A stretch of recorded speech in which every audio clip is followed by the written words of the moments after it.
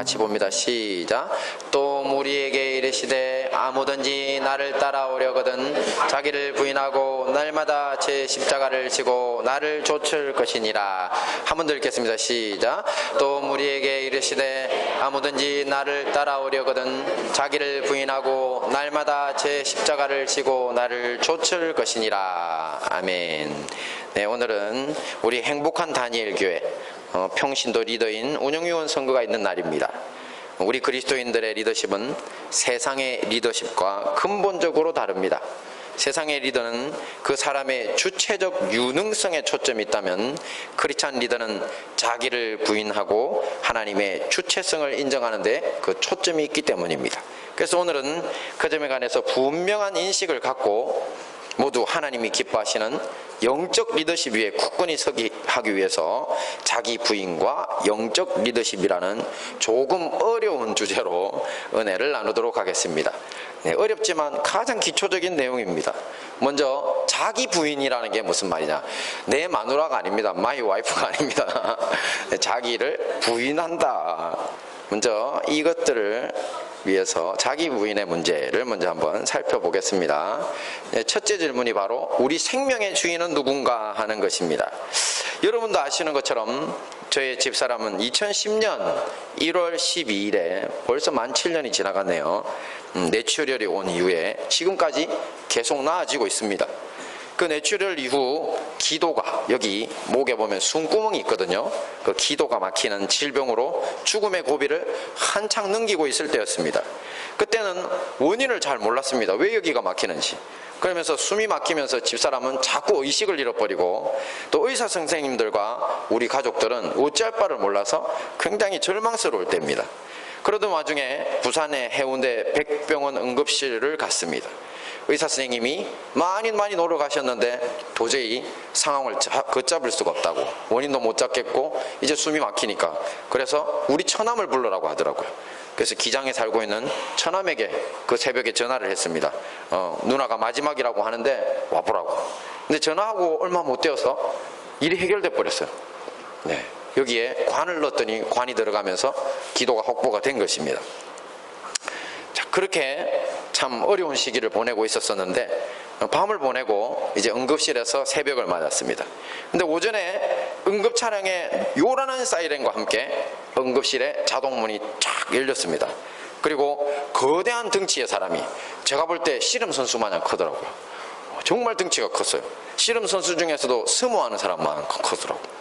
그 큰 덩치의 사람이 이동 침대에 실려가지고 응급요원들에 의해서 다급히 이송되어 들어왔습니다.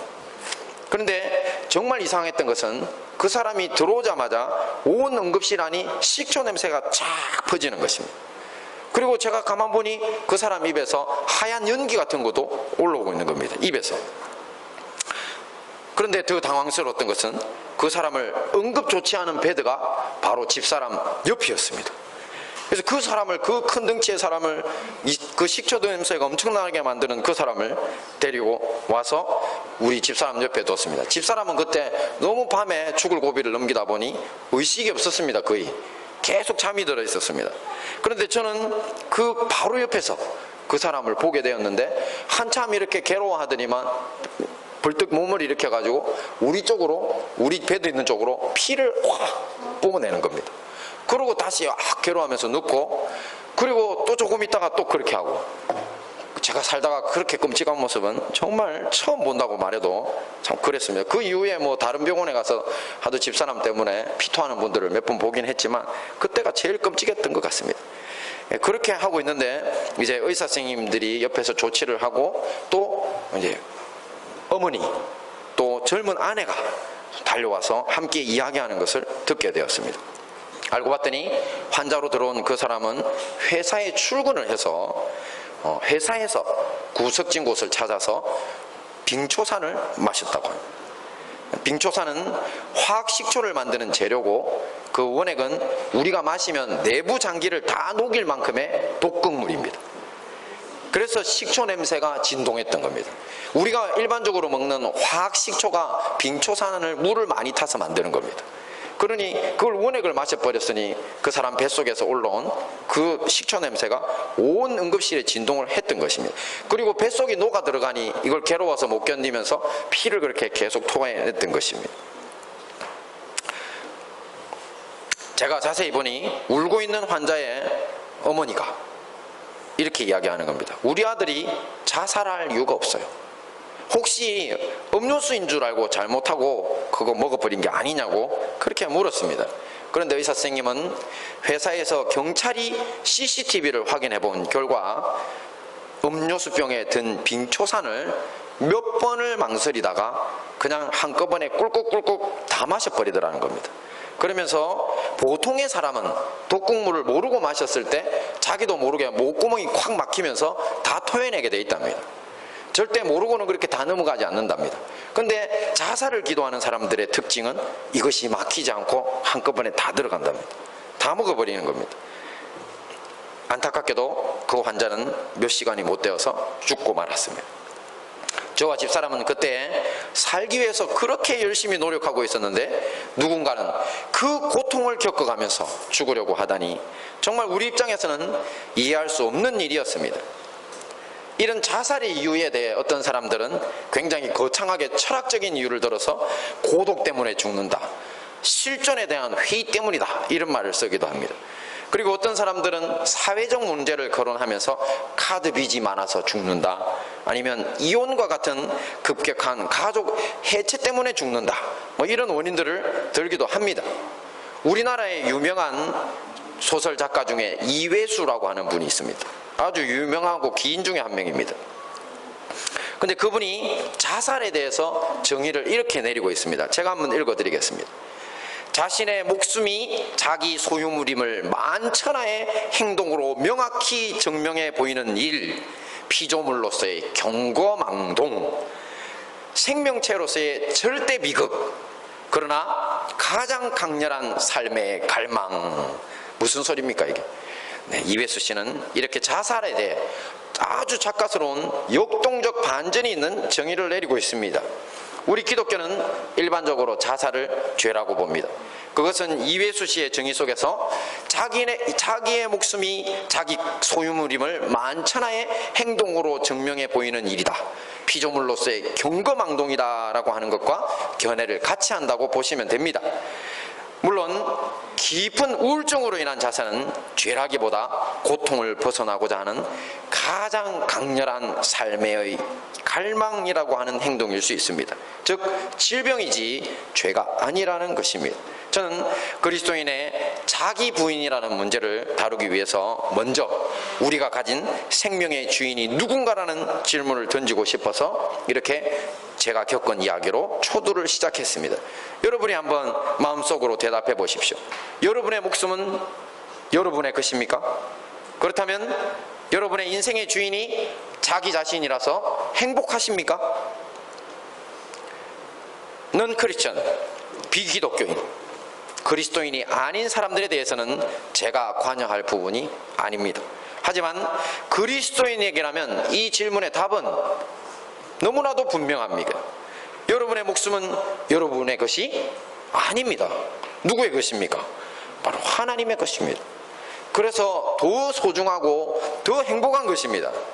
그러므로 참된 그리스도인이라면 자살이라는 방식으로 함부로 그 소중한 것을 던지지 못합니다. 그런데 이렇게 소중한 우리 그리스도인의 생명은 반드시 자기 부인, 십자가의 못 박힘이라는 작업을 통해서야만 비로소 얻어집니다. 더 분명하게 말해 자기 부인과 십자가의 죽음을 거쳐 생명을 얻은 사람들만이 진정한 그리스도인이라는 것입니다. 나머지는 어떤 사람들이죠? 자기 부인이 안 돼 있고 십자가에 못 박힘이 없는 사람들을 뭐라고 부른다고요? 썬데이 크리스찬이라고 부릅니다. 주일날 교회만 왔다 갔다. 썬데이가 주일이죠. 주일 그리스도인입니다. 그러므로 우리가 오늘 뽑는 리더는 진정한 크리스찬 리더십을 보일 수 있는 사람이어야 합니다. 그리고 오늘 뽑는 리더와 상관없이 우리들은 모두 진정한 그리스도인이어야 합니다. 그래서 아래에서 이 점에 대해서 좀 더 자세히 살펴보고 은혜를 나누도록 하겠습니다. 자, 뭐라고 썼습니까? 시작. 자기 부인 십자가에 못 박기.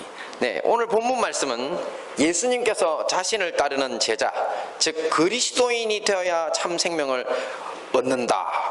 근데 그렇게 하기 위해서 반드시 필요한 것이 바로 이것이다 라는 뜻으로 알려주시는 겁니다. 오늘 본문 말씀을 한 번만 더 읽어볼까요? 시작. 또 무리에게 이르시되 아무든지 나를 따라오려거든 자기를 부인하고 날마다 제 십자가를 지고 나를 좇을 것이니라. 여기에서 예수님을 따라가기 위해 필요한 것이 무엇이라고 했습니까? 자기를 부인하고 날마다 제 십자가를 지고 나를 쫓아라, 이렇게 이야기하시죠. 자, 그러면 자기를 부인한다는 것이 무슨 말일까요? 자기 부인. 이 프로이드 심리학이 아주 유명한 심리학자인 프로이드의 심리학에서는 자기를 자아라고 하고 에고라고 합니다. 혹시 여러분 에고라는 말 들어보셨죠? 네, 학교 다니는 동안 좀 고등학교 이상을 다닌 분들은 다 에고라는 말들을 들으셨을 겁니다. 이 자아는 그야말로 자기 중심성이 그 특징입니다. 좋다, 싫다, 옳다, 그러다, 이 모든 것이 다 누구를 중심으로 판단된다고요? 네, 바로 자기 자신이 기준입니다. 다른 말로 자기가 자기 인생의 주인이라고 말하는 것입니다. 그게 바로 자기 중심성입니다. 그런데 자기 부인이라는 것은 바로 이런 자기 중심성을 내려놓는 것입니다. 뭐라고요? 네, 자기 인생의 주인을 바꾸는 것입니다. 누구로 바꿀까요? 네, 하나님으로 바꾸는 것입니다. 하지만 이 일이 참으로 어려운 일입니다. 왜냐하면 우리 인간은 이기적인 존재이기 때문입니다. 우리의 고집세고 죄 많은 자가 멀쩡히 살아서는 하나님이 주인 되는 삶을 살 수가 없습니다. 그래서 예수님이 제시하신 게 무엇이라고요? 십자가를 지고 나를 따르라고 하신 거기에 답이 있습니다. 그럼 여러분, 십자가를 진다는 건 무슨 뜻일까요? 제가 어릴 때 다니던 교회의 여자 집사님은 목사님의 딸임에도 불신자와 결혼해서 늘 어려움을 겪고 있었습니다. 그것을 우리 어머니가 보시고 에구, 목사 딸이 남자 얼굴 잘생긴 것만 보고 결혼해가지고 평생 십자가를 지고 사는구만, 이렇게 말씀하시더라고요. 자, 이처럼 예수 믿으면서 겪을 수밖에 없는 어려움을 우리는 십자가를 지고 예수님을 따르는 것이라고 말하는 것 같습니다. 맞나요? 그런 것 같죠? 예수 믿으면서 어쩔 수 없는 어려움을 지고 가는 것. 근데 이것은 성경의 문맥상 틀린 이야기입니다. 틀렸습니다, 여러분. 예수 믿으면서 힘든 일을 십자가 지고 간다고 말하는 거 아닙니다. 자, 고대 로마의 형벌에서 십자가를 왜 지울까요? 십자가 지고 가는 사람들은 다 처형당할 죄인들입니다. 그들은 모두 십자가를 지고 처형당할 곳으로 끌려가는 것입니다. 그리고 나서 결국 자기가 메고 온 그 십자가에 매달려 처형됩니다. 예수님이 바로 그렇게 죽임을 당하셨습니다. 예수님이 지금 십자가에 매달리신 게 보이시죠? 또한 본문에서 나를 좇으라고 하실 때 사용된 헬라어 원어가 뭐냐면 아쿨루데오라고 하는 어려운 단어인데요. 아콜루데오, 나를 쫓으라, 나를 따르라, 이 말입니다. 자, 그런데 여기 아쿨루데오라는 말은 따르다라는 말도 있지만 사실은 함께 간다, 동행한다라는 뜻이 있습니다. 그러므로 십자가를 지고 예수님을 따르라고 하는 것은 뭡니까? 예수님과 동행해서 함께 가서 어떻게 하라고요? 십자가에서 죽어라, 이 말입니다. 여러분, 십자가를 진다는 최종 목적지가 십자가에서 죽어야 한다는 이야기입니다. 갈라디아서를 한번 보겠습니다. 시작. 내가 그리스도와 함께 십자가에 못 박혔나니 그런즉 이제는 내가 산 것이 아니요 오직 내 안에 그리스도께서 사신 것이라. 믿음의 선배였던 사도 바울은 이 말씀에서처럼 예수님과 함께 십자가에 못 박혔던 사람입니다. 그는 이제 내가 사는 것은 내 안에 계신 그리스도께서 사신 것이라고 합니다. 그러니까 자기가 눈에 보이게 십자가에 못 박혔다는 뜻이 아니라 자기 인생의 자기 중심성을 내려놓고 예수님 중심적인 생을 살아가겠다고 선언하는 것입니다. 그런데 이런 선언은 일회성으로 그치는 게 아닙니다. 한번 내가 예수님 중심으로 살겠다고 선언해놓고 제대로 안 됩니다. 그러니 오늘 본문 누가복음에서는 이 문제를 해결하기 위해서 뭐라고 이야기하느냐면 날마다 십자가 지고 자기를 따르라고 예수님이 말씀하십니다. 그럼 우리는 어떻게 해야 됩니까? 날마다 자기 중심성을 부인하고 예수님이 주인 되는 인생을 살려고 노력해야 된다는 것입니다. 이것은 싸움입니다. 왜냐하면 어제 죽은 우리인데 오늘 악에게 지면 또 자기 중심으로 돌아가 있습니다. 그만큼 우리 인간의 죄성은 깊고 크다고 하는 단적인 증거가 되는 것입니다. 제가 살펴보니 사람들이 자기 중심적인 이유는 단 한 가지입니다. 여러분들은 왜 자기 중심적이십니까?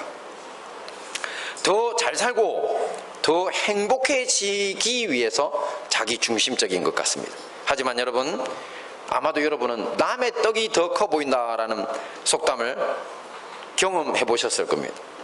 물리적으로는 전혀 차이가 나지 않지만 심리적으로는 남이 가진 것이 더 커 보입니다. 왜 그럴까요? 혹시 저 사람이 나보다 더 좋은 것을 가졌나? 그러면 내가 손해인데 걱정하는 겁니다. 자, 이런 경우에 우리는 만약에 음식을 나눴다면 맛있는 음식의 맛을 즐기기도 전에 마음이 우울해집니다. 음식 맛도 떨어집니다. 손해보는 것 같으니까. 이것은 누가 가르쳐줘서 그렇게 되는 것이 아닙니다. 바로 타고나는 것입니다. 인간의 죄성입니다. 자기중심적인 것. 뭡니까? 과자입니다. 제가 두 아들을 둘이를 키우다 보니 우리 아이들이 음식이나 과자를 나눠줄 때마다 거의 다 이런 현상을 보입니다.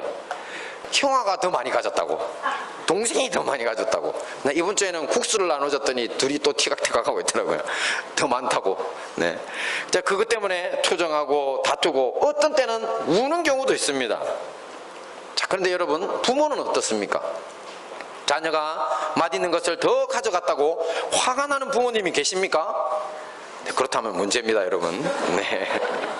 근데 먹다가도 달라고 하면 자기 음식을 아낌없이 기쁜 마음으로 주는 것이 부모입니다. 우리 외할아버지가 어릴 적에 이런 말씀 하시더라고요.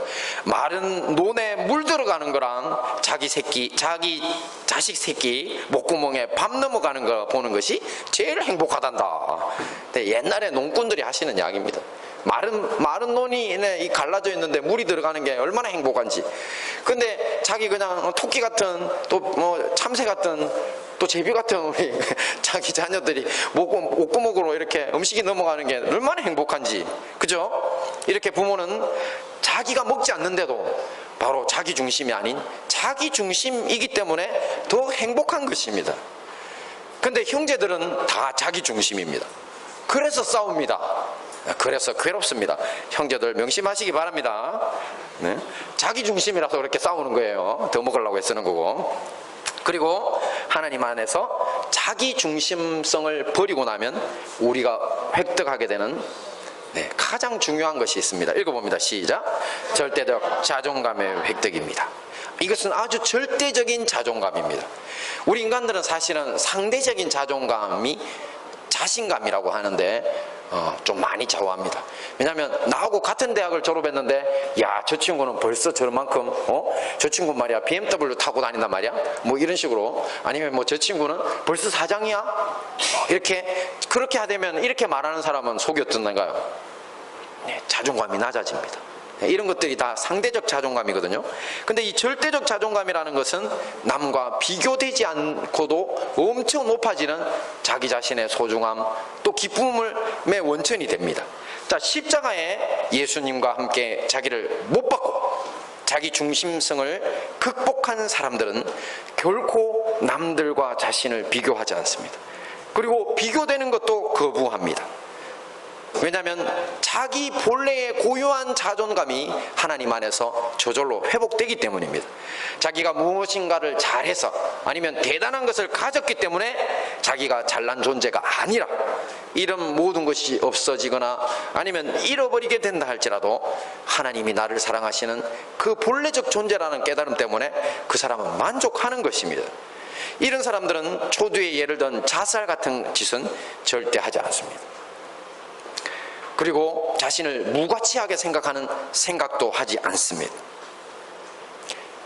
또 감사하게도 우리는 자기 부인을 통해서 이렇게 자기 중심성을 내려놓은 많은 하나님 중심으로 살았던 믿음의 선배들을 성경 말씀을 통해서 만날 수 있습니다. 그리고 그들을 통해서 구체적으로 자신의 삶의 문제들을 극복하고 승리하는 교훈도 얻을 수 있습니다. 저는 특별히 오늘 구약 성경의 최고의 영적 지도자 중에 한 사람이었던 누구일까요? 최고의 구약 성경의 영적 지도자 중에 한 사람, 맞습니다. 구약의 예수라고 불리는 모세입니다. 그 모세의 리더십에서 자기 중심성을 내려놓는 영적 리더의 비법 모습을 보았습니다. 자, 한번 보겠습니다. 굉장히 도움이 됩니다. 자, 모세는 어떤 사람이었다고요? 하나님 앞에 엎드림하던 사람입니다. 이게 자기 중심성을 극복하는 것과 무슨 관계가 있을까요? 여러분, 혹시 모세의 성품을 말할 때 인용되는 성경 구절 유명한 걸 알고 계십니까? 볼까요? 시작. 이 사람 모세는 온유함이 지면의 모든 사람보다 승하더라. 아주 유명한 말씀입니다. 모세가 온유했답니다. 근데 저는 옛날에 저 말씀을 볼 때 모세 성경 보면 엄청 성격이 있던데 성질이 보통이 아니거든요. 열받으면 그저 여러분 두드러 깨는 거 아시죠? 십계명도 들고 갔다가 바닥에 던져버려서 깨트렸고, 그 다음에 저기 물 안 나온다고 막 이렇게 사람들이 물 목마르다고 막 열받으니까 하나님께서 바위를 돌로 쳤는데 가가지고 막 두 번을 쎄리 두드러 깨가지고 하나님께 네, 가나안도 못 들어가는 벌을 받는 그런 사람이었거든요. 근데 그 모세가 온유함이 지상 최강이라고 하는 말씀을 보고 사실은 조금 의아했더랬습니다. 그래서 이제 온유함에 대한 말씀이 또 유명한 말씀이 있는데요. 봅니다. 시작. 오직 성령의 열매는 온유와 절제니. 성령의 9가지 열매 안에 온유가 들어갑니다. 근데 저 성령의 9가지 열매 안에 들어가는 온유에 원래 그리스어인데요. 저 그리스어는 프라위테스라고 하는 단어입니다. 저 단어가 원래 어디서 쓰였냐면 여기서 쓰였습니다. 뭐라고요? 길들여진 야생마. 네, 길들여진 야생마에 일컫던 말이랍니다. 그 온유라는 것이 넘치는 야생의 에너지를 가졌는데요. 그런데도 길들여진 후에는 절도 있고 품위가 넘치는 말입니다. 어떻습니까? 모세의 온유에는 분명히 이런 점이 있습니다. 근데 제가 좀 궁금해서 히브리어 원어 성경으로는 저게 어떤 의미가 있을까 원어를 한번 더 찾아봤더랬습니다. 그랬더니만 민수기 12장 3절에 조금 전에 보셨던 온유의 원어는요, 이 단어입니다. 아나우라고 하는 단어입니다. 아나우. 근데 이 단어가 어떤 의미로 쓰였는지 찾아봤더니만 고통받는, 가난한, 겸손한, 비천한, 온유한 이라는 뜻으로 두루 쓰이고 있는 단어더라고요. 한마디로 말해서 지금 이 아나우 온유라고 하는 단어는 고난을 통해 얻은 영적인 겸손입니다. 고생을 너무 많이 하다가 고난을 너무 당하다 보니 그 사람의 마음이 비천해진 겁니다.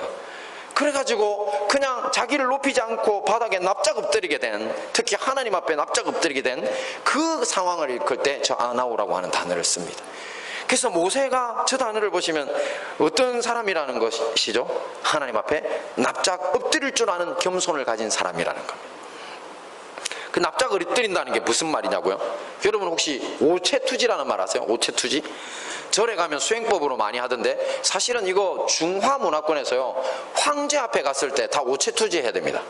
오체란 뭐냐면 이마, 두 손, 두 발, 5체죠, 그죠? 몸이죠? 그게 바닥에 쫙 붙어야 됩니다. 그러려면 사람이 어떻게 해야 됩니까? 몸을 던져야 되잖아요. 바닥에 쫙 엎드려야 되잖아요. 이마대고, 그죠? 그러면서 황제의 명령을 기다려야 됩니다.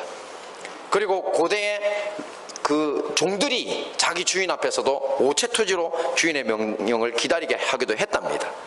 그러니 지금 이 엎드림이라는 것은 바로 모세가 하나님 앞에 오체투지하는 모습입니다. 근데 여러분, 모세는 본래 이런 겸손한 사람이 아니었습니다. 이집트에 잘나가는 왕자였고 또 뛰어난 학식을 가진 사람이었고 동족을 괴롭히는 이집트 사람을 때려 죽일 만큼 힘도 강한 사람이었습니다. 하지만 이 일로 도망자가 되고 40년을 도망칩니다. 또 먹고 살기 위해 장인 이드로의 양이나 치는 목동의 신세로 80살까지 살았던 사람입니다. 그러니 참 이 모세의 입장에서 볼 때 그 마음이 낮아질 대로 낮아질 수밖에 없었을 것입니다. 그런 모세를 하나님께서 다시 불러서 천만 이스라엘의 지도자를 만들어 주셨으니 겸손한 것은 어찌 보면 당연하다고 볼 수 있습니다. 네, 하지만 모세의 온유함이란 조금 전에 뭐라고 이야기했습니까?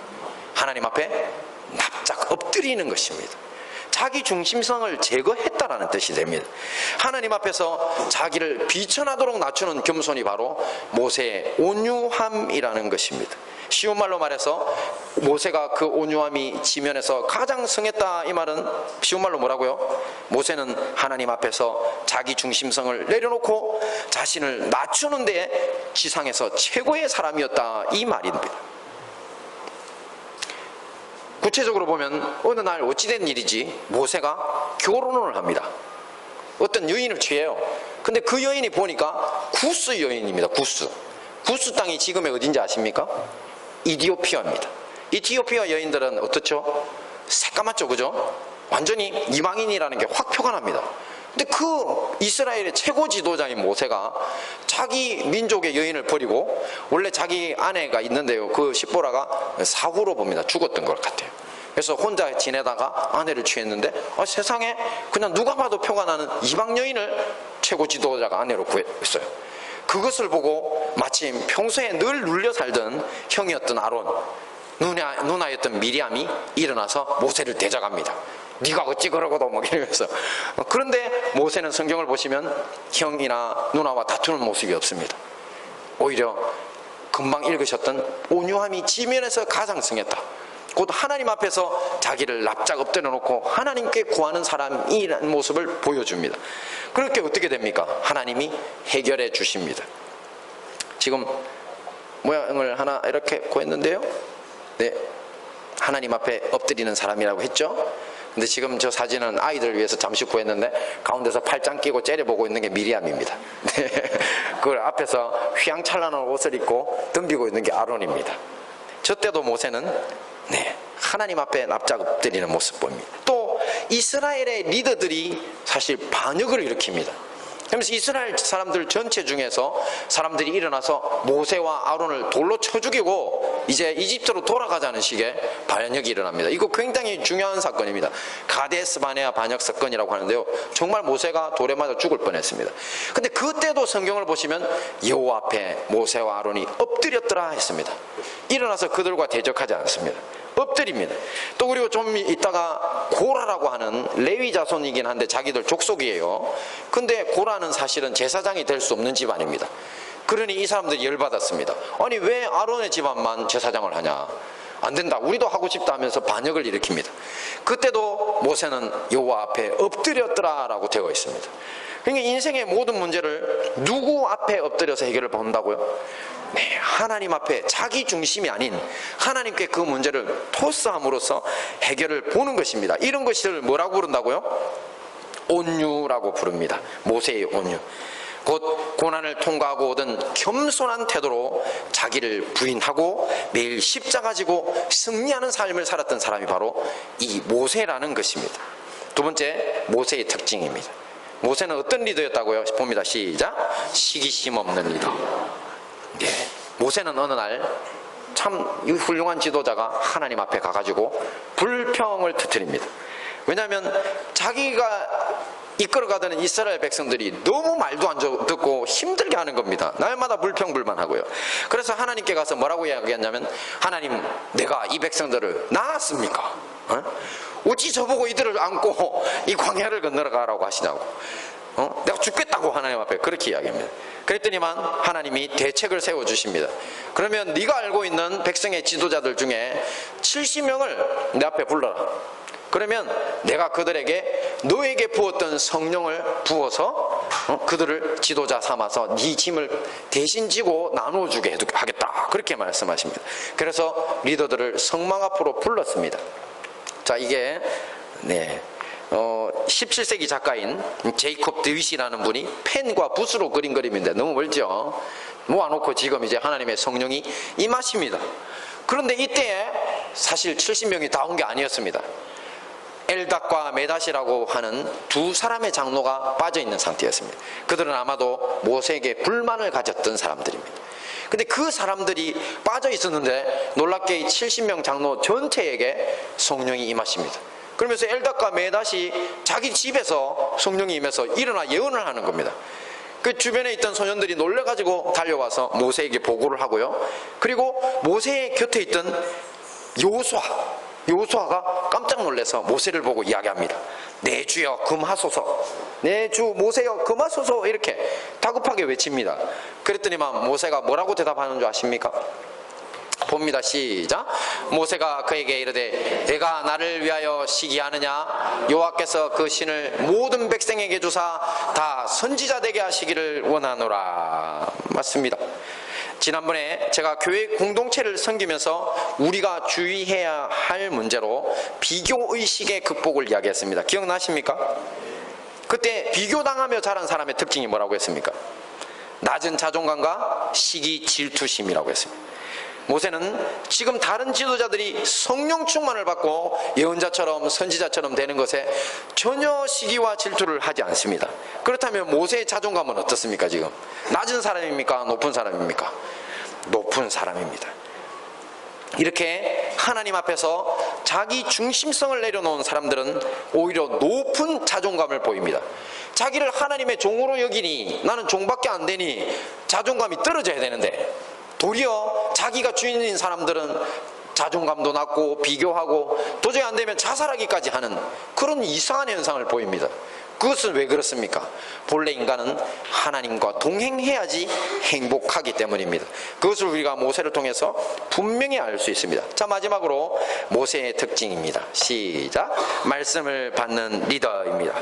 모세는 매일매일 하나님의 성막인 지성소 안으로 들어가 하나님을 대면했던 사람입니다. 그러면서 하나님의 말씀을 직접 받았습니다. 십계명도 모세가 하나님의 성산에 올라가서 직접 받은 것입니다. 이렇게 모세처럼 하나님의 말씀을 받을 때에 우리는 자기를 부인하는, 자기 중심성을 내려놓는 작업을 완성할 수 있습니다. 창세기를 보시면 하나님께서 인간을 창조하실 때 흙으로 빚으시고 그 코에 무엇을 불어넣었다고 하셨죠? 생기라고 했죠. 근데 제가 옛날에 그 생기의 원어가 네샤마라고 하는 단어라고 했죠. 근데 저 네샤마가 원뜻이 뭐라고 했습니까? 여러분 기억이 나십니까? 여인의 해산의 헐떡임입니다. 솔직히 우리 성경에 나와 있는 생기라고 하는 말로는 도저히 설명이 안 되는 단어입니다. 저 단어가. 여인의 해산의 헐떡임, 곧 우리 하나님이 고통으로, 여인이 해산하는 고통과 같은 고통으로 우리 인간을 창조하셨다는 뜻입니다. 그런데 이 단어와 유사한 구절이 신약 성경에서 다음의 말씀에서 발견됩니다. 다 같이 봅니다. 시작. 모든 성경은 하나님의 감동으로 된 것으로 교훈과 책망과 바르게 함과 의로 교육하기에 유익하니. 자, 그럼 저 말씀 안에 네샤마, 여인의 해산의 헐떡임과 같은 것과 비슷한 단어가 있다고 했는데요. 뭘까요? 네, 기억력이 좋으신 것 같습니다. 바로 하나님의 감동입니다. 하나님의 감동. 저 하나님의 감동의 헬라어 원어가요, 데오푸뉴스토스입니다. 데오푸뉴스토스 할 때 푸뉴마가 바로 바람, 숨결, 이런 뜻이거든요. 바로 데오라는 것은 하나님이시고요, 주인. 하나님의 숨결이 바로 하나님의 감동입니다. 그러니 여러분이 읽고 은혜 받는 하나님의 성경 안에는 무엇이 들어있다는 겁니까? 하나님의 숨결이 들어있습니다. 하나님의 생명력이 들어있는 것입니다. 그러므로 여러분, 그 하나님의 생명의 말씀이 여러분을 교훈하고 책망하고 또 바르게 하고 의로 교육해서 여러분들과 저를 재창조하시는 것입니다. 그러므로 우리 모든 삶의 행동 양식, 가치, 판단, 기준을 하나님 위주로 바꾸시려면 어떤 것들을 해야 된다고요? 하나님의 말씀을 가지고서 자기의 가치 판단, 생각 기준들을 다 바꾸셔야지 자기 중심성에서 비로소 벗어날 수 있습니다. 가장 쉬운 예가 돈입니다. 돈. 여러분, 돈이 소중합니까? 하나님이 소중합니까? 네, 돈이 소중합니까? 목숨이 소중합니까? 네. 근데 제 친구들이나 아는 사람들을 보면요, 거의 병이 들어 죽고 갈 때까지 돈 버는데 목숨을 걸더라고요. 정말로. 그럼 우리가 그런 지각이 없어요. 자기가 병들어 죽기까지 욕심을 냅니다. 근데 예수님은 돈을 섬기라고 하셨나요? 하나님을 섬기라고 하셨나요? 돈과 하나님을 겸하여 섬길 수 없다고 했습니다. 여러분, 그러므로 하나님의 말씀에 자기 자신이 순복하는 순간 자기 중심성이 내려지고 하나님 앞에서 내 생각과 삶이 재창조되는 것입니다. 모세가 바로 그런 사람이었습니다. 자, 말씀을 정리하겠습니다. 우리의 인생의 주인이 누구라고요? 여러분 자신입니까? 네, 모두 다른 대답을 하실 겁니다. 제가 볼 때 자기 인생의 주인이 자기인 사람들 우리 중에 제법 있습니다. 하지만 자기 자신이 주인된 삶은 행복해 보여도 자살하기까지 괴로울 수 있는 것이 바로 그런 삶입니다. 그러므로 우리는 자기 중심성, 자기가 주인이라는 생각을 내려놓아야 합니다. 그럴 때 참된 생명, 참된 행복을 얻을 수 있습니다. 자, 이 일은 날마다 자기를 어떻게 해야지 생긴다고요? 부인하고 뭐를 져야 된다고요? 십자가 지고 또 십자가에 자기를 못 박는 작업이 있어야지만 이루어질 수 있다고 했습니다. 그러면서 구체적으로 믿음의 선배 모세를 통해서 자기가 부인된 자기 중심성에서 벗어난 하나님 중심인 리더의 모습을 보았는데, 첫째가 어떤 것이었죠? 자기를 납작하게 엎드려뜨립니다. 그죠? 나 자신을 비천하기까지 낮춰서 하나님을 높이는 것, 그러니까 기도해라는 소리입니다. 그리고 둘째 뭐였습니까? 시기하지 않는 리더였죠. 강한 자존감을 보이죠. 그리고 셋째는 뭐였습니까? 하나님의 말씀을 받아서 재창조의 역사를 이루어 갔습니다. 이 모든 말씀으로 우리 모두 모세 같은 영적 리더가 되고 또 승리하시는 크리스찬이 되는 우리 행복한 단일교회와 형제교회 모든 성도님들 되시기를 축원합니다. 기도하겠습니다. 고마우신 아버지 하나님, 감사합니다. 우리 행복한 다니엘 교회를 이 땅에 세워주시고 이렇게 귀한 믿음의 동역자들을 불러 서로를 든든히 세워가게 하심 진심으로 찬송과 존귀와 영광을 올려드립니다. 오늘 주신 말씀대로 날마다 자기를 부인하고 십자가 지고 예수님 따르기를 소원합니다.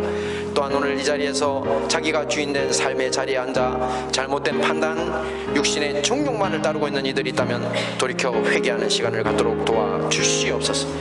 그리스도와 함께 십자가의 죽음으로 새 생명을 얻고 참된 행복의 길로 들어서도록 또 이끌어 주시옵소서. 또한 오늘 운영위원 선거가 있습니다. 그들 이미 주님께서 세울 이들을 예선하셨음을 믿사오니 오늘 우리가 주님과 합심하여 믿음의 지도자들을 복게 이끌어 주시옵소서. 또한 오늘 주님 앞에 드린 예물들 기억하시고 지금까지 우리를 이끄신 주님께서 앞으로도 우리 교회와 각 가정과 기업에 복을 주사 하나님 나라를 든든히 세워가게 하심을 믿습니다. 한량없는 은혜와 풍요를 허락하사 후히 되어주고 누르고 흔들어 넘치도록 채워 주시옵소서. 지금은 우리 주 예수 그리스도의 은혜와 아버지 하나님의 사랑과 성령님의 감화 감동 교통하심, 자기를 부인하고 여호와 하나님을 우리 삶의 주인으로 모시기로 결심한 우리 모두이 지금부터 영원토록 함께 하시기를 간절히 축원하옵나이다. 아멘. 예배를 마쳤습니다. 자기 부인으로 승리하시기 바랍니다. 인사하시면 좋겠습니다.